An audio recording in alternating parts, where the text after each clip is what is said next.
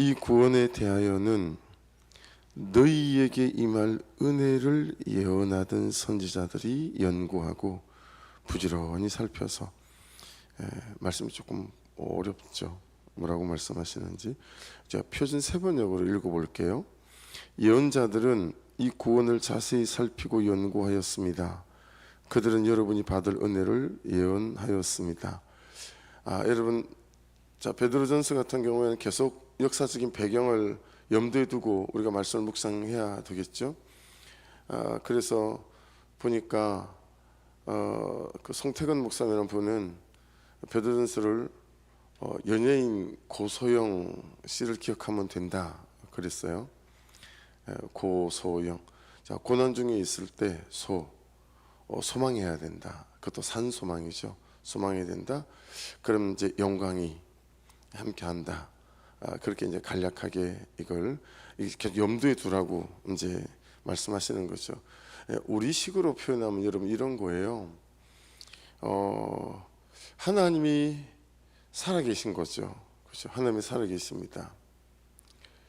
근데 그 살아계신 하나님이 나를 사랑하시는 거예요.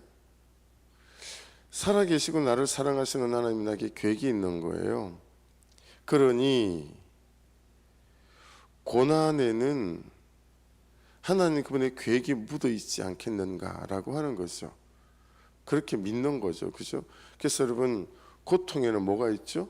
뜻이 있다라고 하잖아요.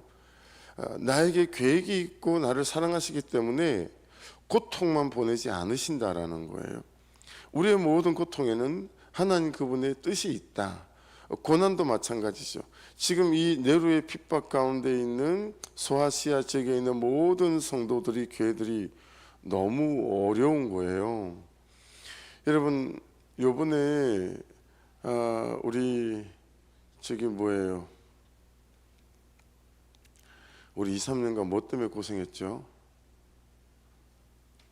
아니, 코로나 맞죠? 끝나고 나 다시 봐요. 남아야 집사님. 그러니까 이제 여러분, 코로나 때 우리나라 교회가 14,000개, 15,000개가 문을 닫았어요. 생각해 보세요. 네로의 핍박이 있을 때 문 닫는 교회가 있었을까요, 없었을까요? 그래서 그런 때에 지하에다 교회를 파잖아요. 그래서 그런 교회들이 많이 발견됐단 말이에요. 고고학적으로. 그게 100m, 500m 이게 아니에요. 쭉 다 연결했더니 이게 40km씩 된 거예요. 40km씩. 그 지하에 동굴이. 그죠? 그 안에 여러분 햇빛이 들어가게 만들고 숨을 쉬게 만들고 그 안에 예배당을 만들고 그럴 정도였으니 얼마나 어려웠겠어요. 그죠? 그러니까 이 베드로전서를 묵상해 가면서 우리의 삶으로 가져와 보면 참 이게 쉽지 않은 게 여러분 현실과 맞부딪히기 때문에 그래요. 말씀이 뭐라고 말씀하시는지는 알겠는데 이 현실은 나아질 기미가 보이지 않는다 라고 했을 때 우리가 이제 주눅이 들고 힘이 빠진다 라고 하는 거죠. 그래서 오늘 말씀은 보시면 이런 고난 중에 있을 때 나그네들이 근데 이제 나그네를 좀 다른 말로 바꾸면 순례자라고 할 수 있잖아요. 여러분 나그네는 어때요? 이제 어제 우리가 말씀을 나눌 때는 그냥 왔다가 가는 사람이지만 이걸 이제 순례자로 바꾸게 되면 이제 정확한 목적이 있는 거잖아요. 그러니까 우리는 말씀이 워낙 이 땅에 있는 것이 잠시 잠깐이라는 걸 강조하기 위해서 나그네라고 이제 말씀하지만 우리는 분명히 갈 목적지가 있잖아요. 이스라엘 백성 같은 경우는 가나안이고, 그죠? 우리는 저 천국이고, 분명한 목적지가 있으니까 여러분 순례자라고 하는 게 좀 더 맞겠죠? 그런 부분에 있어서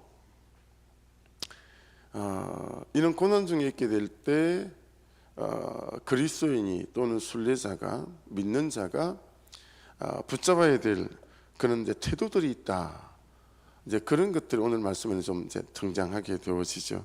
그래서 10절을 먼저 보시면 너희가 고난 중에 있지만 또 고난 중에 있을 때가 있겠지만 그렇잖아요.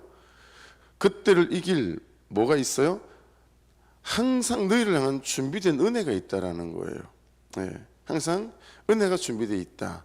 그러니까 고난만 있는 게 아니라 고난을 이길 항상 은혜가 준비되어져 있다라고 하는 거죠.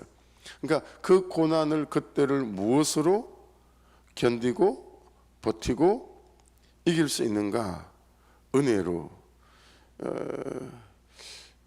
제가 주일 새벽에 일어났더니 목이 잠겨가지고요. 목이 얼마나 아픈지 침도 못 삼키겠는 거예요. 그래가지고 이 큰일이다.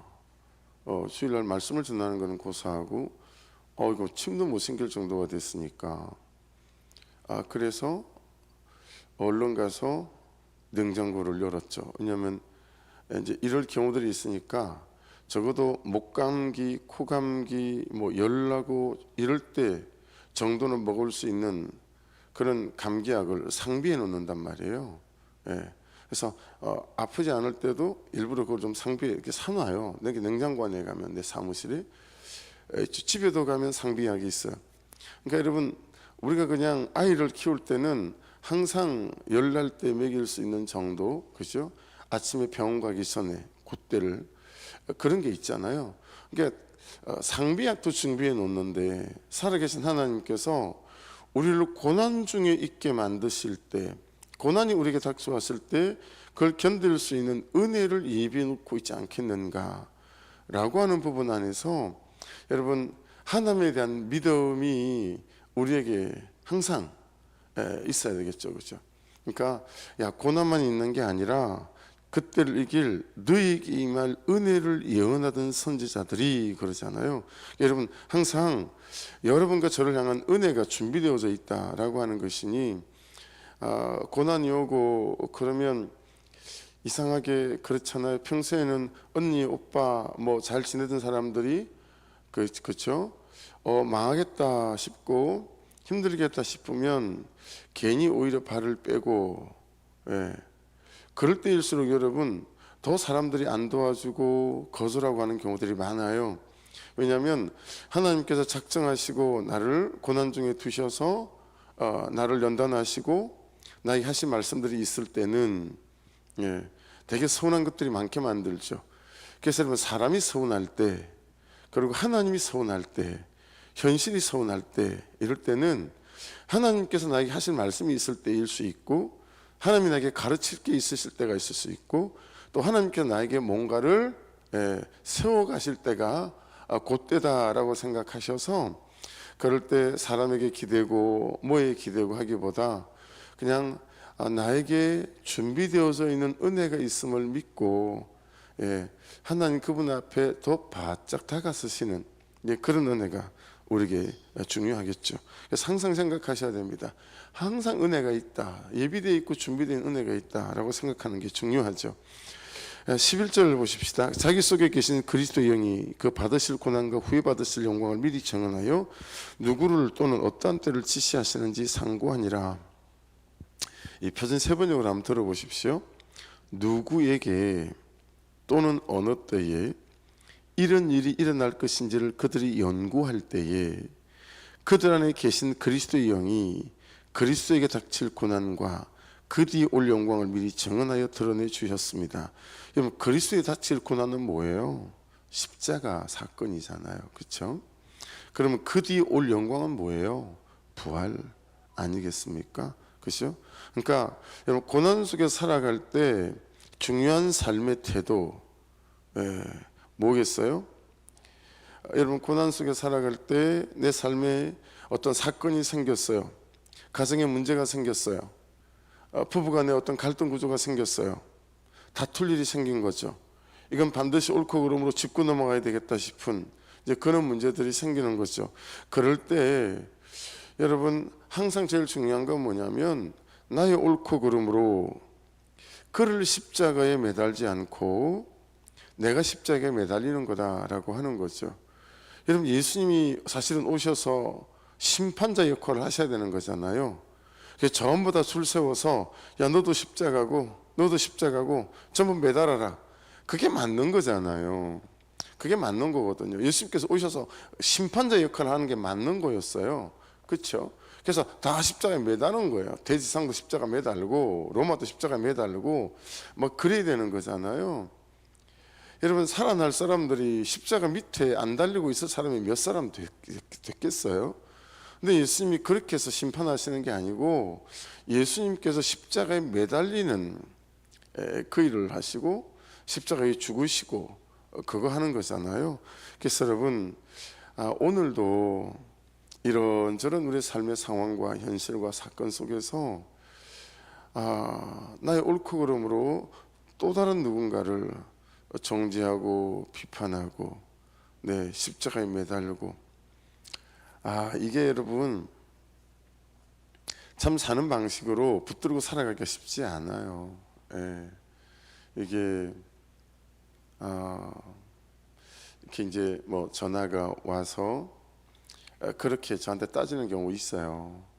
목사님, 이거 아무리 봐도 내가 맞는 거 아니에요? 어제도 그런 전화를 받았어요. 우리 성도가 아닌데 유튜브로 설교 듣는 분 중에 이게 하는 거죠. 나열하는 거예요. 목사님 보기에도 이게 제가 맞는 것 같지 않으세요? 아멘이더라고요. 그 집사님이 맞더라고요. 그리고 너무 잘 못했더라고요. 상대방이. 그런데 그런 상황 가운데서 여러분 참 그를 십자가에 매달지 않고 나를 십자가에 매단다라고 하는 것들이 이게 절대 쉬운 일이 아니다라고 하는 거죠. 우리 현실 속에서 이게 참 어려워요. 그래서 그럴 때 참 한 걸음 두 걸음 물러서서 구속산에서 나를 보고 내 상황을 보고 하나님께서 이 상황을 통해서 나에게 뭘 말씀하고 싶으신 걸까? 해결이 아니라 해석하려고 하면 여러분 이제 보이는 게 있고 들리는 게 있다라고 하는 거죠. 그러면 그가 잘못했던 뭐 잘했던 그거는 차지하고 이제 하나님 앞에서 나를 말씀이라고 하는 십자가에 이렇게 매달 수 있는 이유가 생기더라라고 하는 거죠. 이제 거기서부터 이제 다른 일들이 일어나고 벌어지기 시작하는 거죠. 그러니까 그걸 많이 경험하는 것 같아요. 그리고 그런 것들을 경험할 수 있는 그런 사람들이 옆에 있다는 게 참 복이다라고 하는 것들도 얘는 왜 이러지 싶은 자녀가 여러분 이런 방식으로 내 삶을 들여다보기 시작하면서 도무지 이해가 안 돼. 왜 저러는 거지 싶은데 그를 옳고 그름으로 십자가에 매달지 않고 그냥 한 걸음 물러서서 이 사건을 통해서 나에게 말씀하시는 그분의 뜻을 헤아려 보기 시작하다 보니 어떻게 해요? 딸을 향한 아들을 향한 내 화가 누그러지는 거죠. 예리한 창 같은 그런 창으로 날이 서 있던 제가 그 날이 다 무뎌지는 거죠. 그리고 나를 바라보고 그냥 품어내고 근데 희한하게도 아무것도 내가 한 게 없는데 그냥 내 창을 거두고 화를 쏠려다가 화를 거두고 그리고 그냥 나를 본 것밖에 없는데 전혀 다른 반응을 하는 거예요. 아무리 가르쳐도 안 될 반응을 하는 거예요. 그러면서 오히려 자기가 주장하던 것을 내려놓고 포기하고 그런 일들이 오늘 주초에도 이번 주초에도 있었거든요. 이제 막내 딸하고 있었던 일들인데 하지 못할 결정을 하더라고요. 자기가. 그래서 맞다. 내 죄를 보고 분명히 내 죄는 없어요, 여러분. 이 상황에서만 볼 때는. 그럼에도 불구하고 하나님 앞에 이 사건을 딱 가져가고 세울 때 이제 창이 무너지고 칼끝이 무뎌지는 거죠. 찌르기를 포기하고 옳고 그름으로 따지기를 포기하고 이제 그럴 때 하나님께서 행하시는 일들이 있다라고 하는 것입니다. 그래서 여러분 고난 중에 있을 때 그리고 애매한 그런 사람들로부터의 어떤 비방, 판단 이런 걸 받을 때 항상 우리가 내가 십자가에 매달리는 주님께서 하신 이거. 그래서 막 따져서 나의 맞음, 나의 옳음을 증명하고 싶고, 그리고 그를 굴복시키고 싶고, 이제 그것이 승리하는 삶을 가져오는 게 아니고, 그냥 하나님 앞에 가져가고 또 나를 십자가에 매달고 십자가에서 내려오지 않고, 그때 내가 사는 부활이 있고 내 삶이 살아나는 부활이 있고 또 그도 함께 사는 부활이 있다라고 하는 거. 그래서 12절 말씀을 한번 보십시오. 어떻게 이런 삶이 가능한가? 이 숨긴 바가 자기를 위한 것이 아니요, 그렇죠? 너희를 위한 것임이 계시로 알게 되었으니, 11절 해석하고 난 게 12절 해석이 되죠. 이것은 하늘로부터 보내신 성령을 힘입어. 그러니까 여러분, 이게 어떻게 그렇게 될 수밖에 없을까? 성령을 힘입어 복음을 전하는 자들로 이제 너희에게 알린 것이요 천사들도 살펴보기를 원하는 것이니라. 그러니까 여러분, 이 천사들 살펴보기를 원하는 것이니라, 이게 무슨 뜻이겠어요? 사람의 생각과 시각으로 보게 될 때는 야, 이제 끝났다 싶은 거예요. 이제 뭐 방법이 없다. 여러분, 예수님께 십자가에 죽으실 때 모두가 그렇게 생각했잖아요. 방법이 없다, 이제 끝났다. 사단도 내가 이겼다라고 생각했고요, 로마도 대제사장들도 야, 이제 우리가 이겼다라고 생각했죠. 예수님의 제자들도 마찬가지죠. 이제 뭐 끝났다, 이제 뭔 기대가 있겠느냐라고 하는 것 아니겠어요? 그런데 거기 보세요. 그 일들은 천사들도 보고 싶어 하는 거다. 이 무슨 얘기예요? 무슨 일이 일어날지 모르는 거예요. 여러분, 내가 십자가를 지잖아요. 그럼 무슨 일이 일어날지 몰라요. 부활을 감히 생각이나 했겠어요? 그러니까 내가 십자가를 지고 내 죄를 보면 무슨 일이 일어날지 몰라요. 그래서 여러분, 내 죄를 보는 것이 참 말씀으로 나와 직면하는 것이 그 뒤에 무슨 일이 일어날지 몰라요. 이게 우리의 기대예요. 이게 진짜 우리의 소망이에요. 너무 힘들고 어려우실 때 더 말씀 앞으로 다가셔서 가지고요, 말씀과 앞에서 나를 직면하는 거. 그럼 그 뒤에는 무슨 일이 일어날지 몰라요. 그래서 저 책 제목 중에 제일 좋아하는 책 제목이 제 서구에 꽂혀 있는 것 중에 더 있다예요. 더 있다. 근데 이 구수의 복음을 이렇게 따라가니까 정말 그 책 제목이 더 이렇게 빛이 나는 것 같아요. 더 있다. 그럼 더 있어요. 고난 뒤에 더 있어요. 십자가에 매달리잖아요. 더 있어요. 내 죄를 보잖아요. 더 있어요. 우리가 전혀 보지 못했던 게 더 있어요. 천사들도 무슨 일이 일어날지 그걸 보고 싶어 하는 거예요. 야, 무슨 일이 일어날지 모르겠다. 진짜 무슨 일이. 우리가 내 죄를 보면 무슨 일이 일어날지 몰라요. 말씀을 따라가잖아요. 무슨 일이 일어날지 몰라요. 절대 눈에 보이는 게 전부가 아니에요.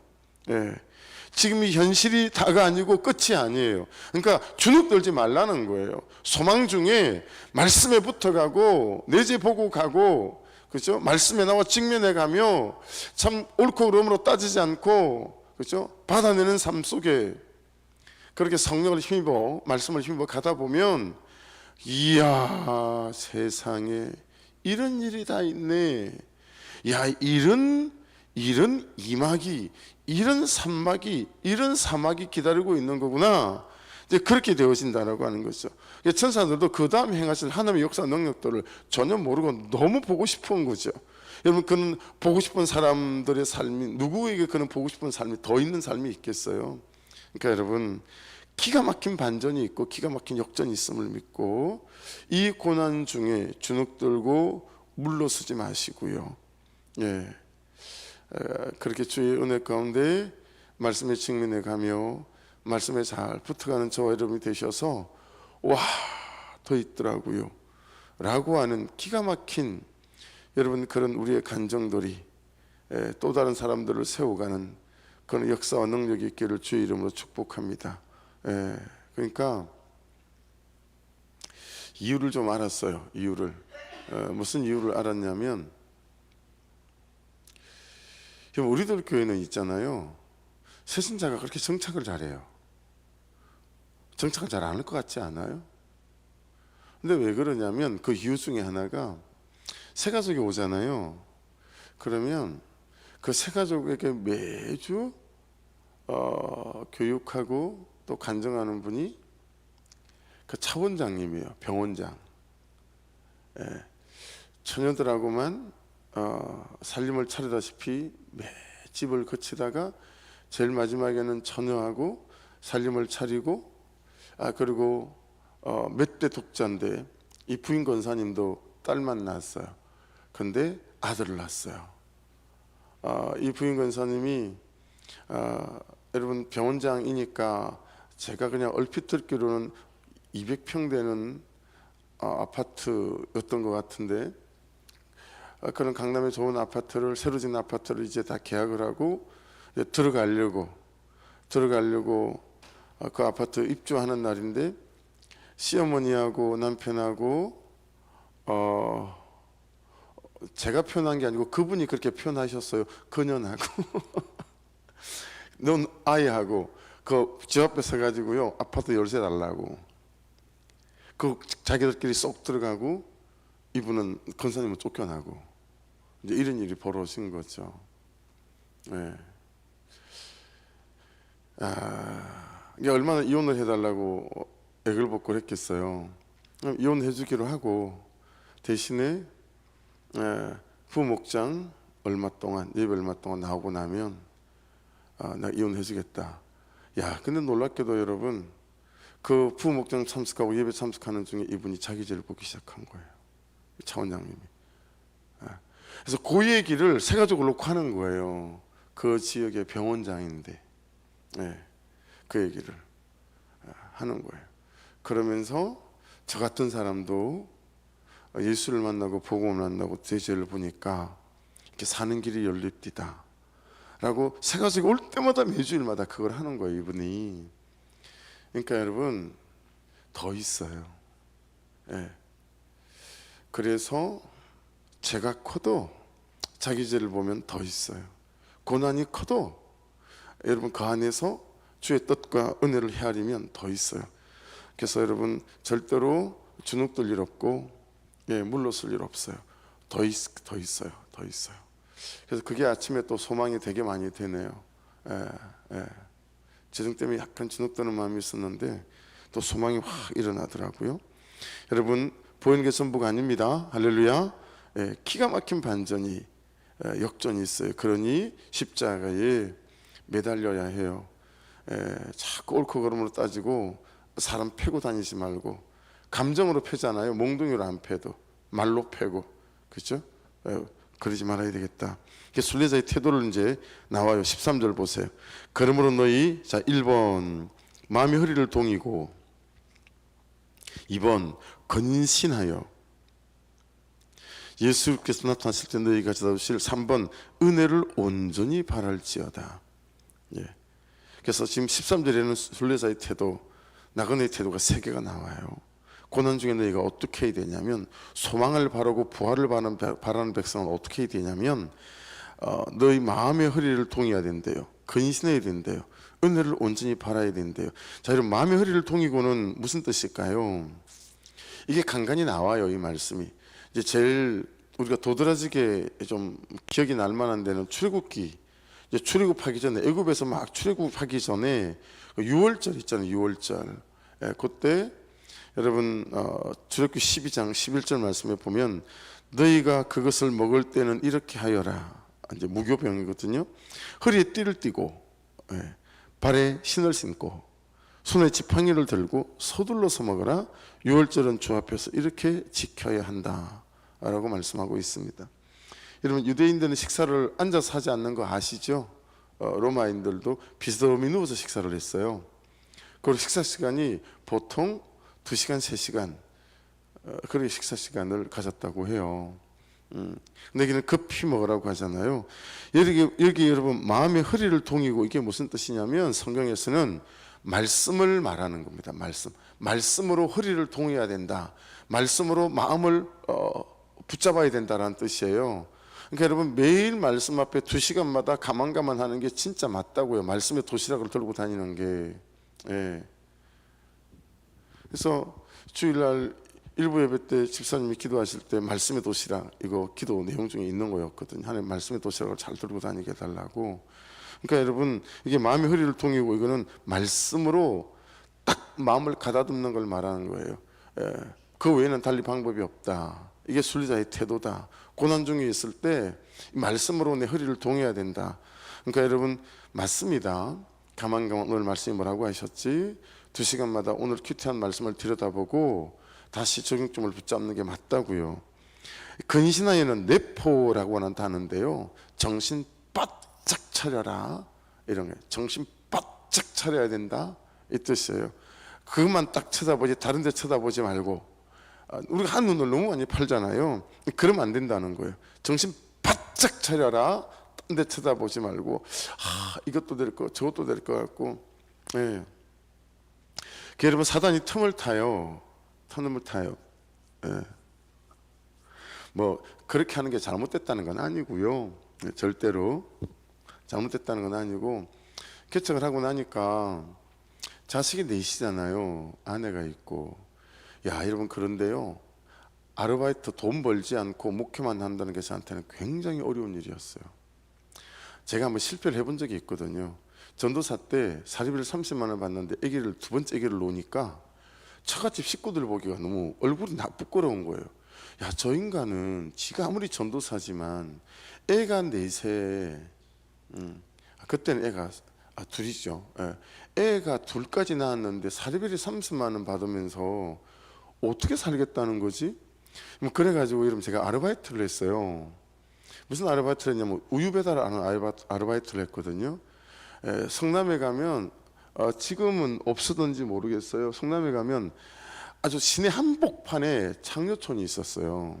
한복판에 한 150m 좀 되려나요? 원래 본토배기들이 하는 창녀촌이 있고, 그 다음에 그 다음 골목은 외지에서 들어온 사람들이 하는 창녀촌이 있고 그랬었어요. 예. 시내 한복판에 그게 있었어요. 예, 거기 이제 밤 12시부터 새벽 2시까지는 고기 우유를 배달을 하고, 아침 8시부터 10시까지는 그냥 일반 사무실 같은 데 배달을 하고, 제가 알바를 해본 적이 있거든요. 근데 여러분 우유 배달은 이게 만만한 게 아니더라고요. 이제 한밤중에 하고 새벽에 하고 하잖아요. 근데 우유 배달은 이게 배달만 하면 편한데 수금도 같이 해야 돼요. 옛날에는 그래서 지로 용지를 줬잖아요. 이제 우유를 배달을 하고 지로 용지로 이제 수금할 때 나눠주는데, 이게 지로로 돈을 안 넣어주는 사람이 너무 많아요.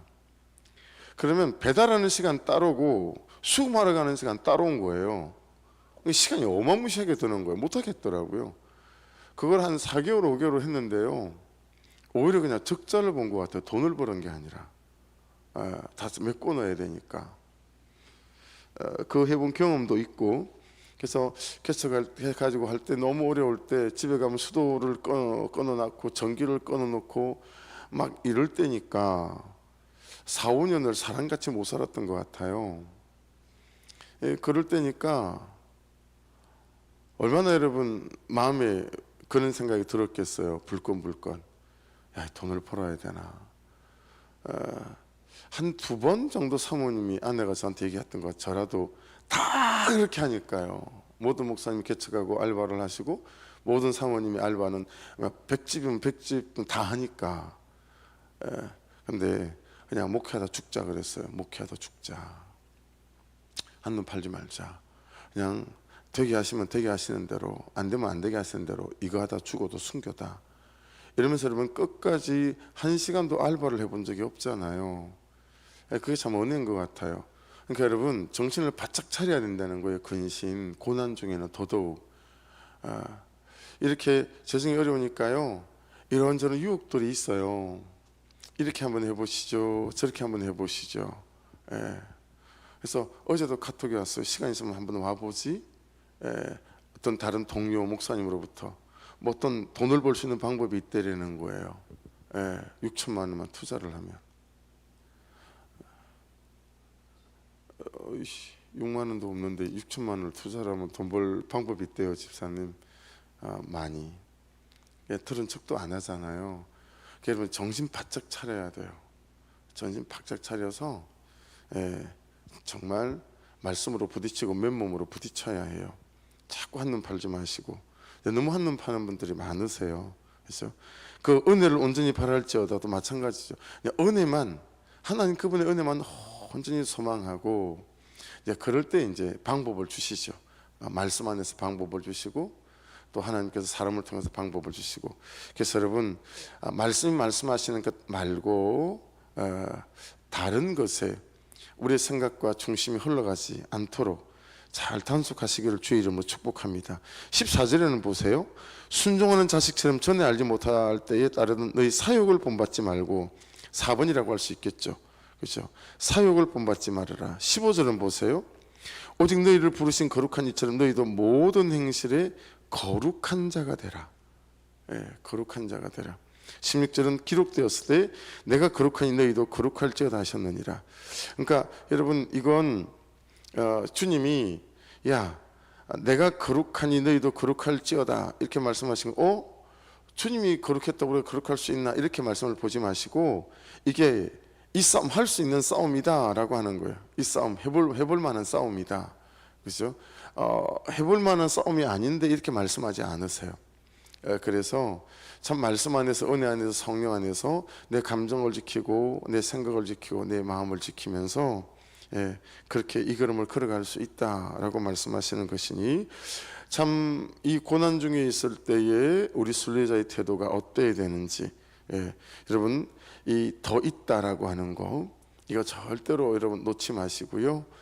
타협하지 마시고 한눈 팔지 마시고, 정말 말씀에 붙어가고 예배에 붙어가는 일에 절대로 소홀하지 아니하고, 거룩한 백성으로 우리의 믿음과 삶을 지켜가는 그런 은혜가 있기를 주의 이름으로 축복합니다. 기도하겠습니다. 말씀 붙잡고, 아버지 이 하루도 정신 바짝 차리고 말씀에 잘 붙어가는 그런 인생이 될 수 있도록 하나님 역사해 주시옵소서. 우리 주여 한번 부르고 기도드리겠습니다. 주여